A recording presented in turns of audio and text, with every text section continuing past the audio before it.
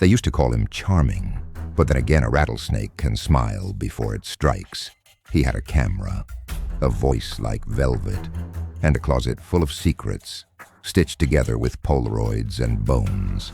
I am Detective Drayk, and the moment I stepped into that dim Los Angeles apartment, the walls whispered things even the dead were too afraid to repeat. The scent of old chemicals, developer fluid, a stack of photo paper on the floor, curled at the edges like it wanted to speak.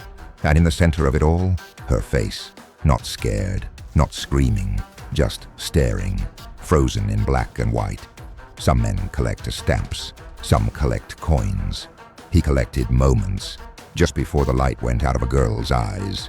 That camera wasn't a hobby, it was a weapon. And every shot, a trophy. The neighbors called him the nice guy upstairs. Said he gave photography tips to teenagers in the park.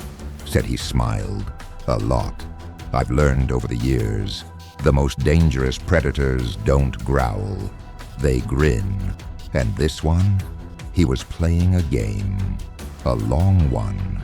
He even went on a dating show once, while a body lay buried beneath a cliff he'd driven past on the way to the studio. He flirted on national TV with the kind of confidence only guilt can give you.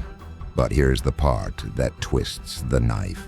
Half the women he photographed never came forward. And some of those photos still haven't been identified. That night, staring at his contact sheets, I saw something no file could prepare me for. A girl, blonde, barely 18. Her eyes told me she trusted him. She shouldn't have, because 5 photos later, she was gone, vanished from negatives.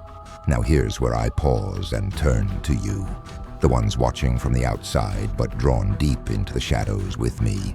Look at this like I do. Patterns, details, intent. Do you think a man like that stops on his own? Or did someone finally stop him?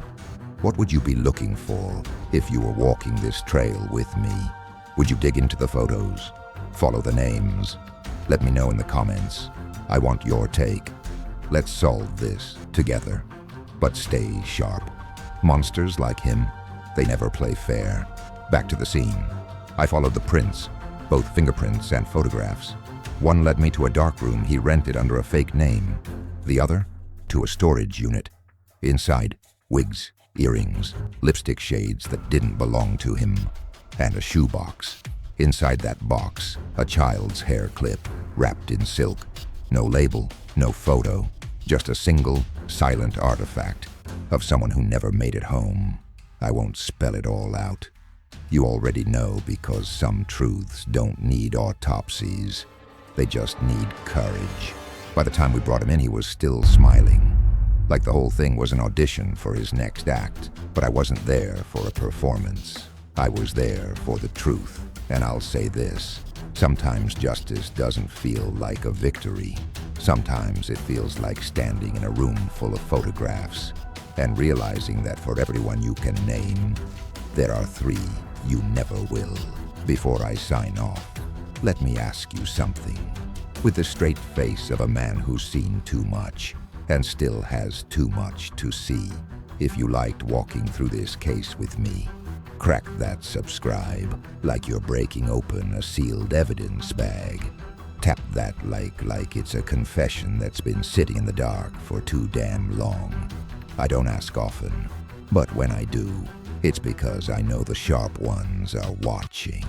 And you're one of the sharp ones. Until next time, remember, not every smile is safe, and not every photograph tells the whole story.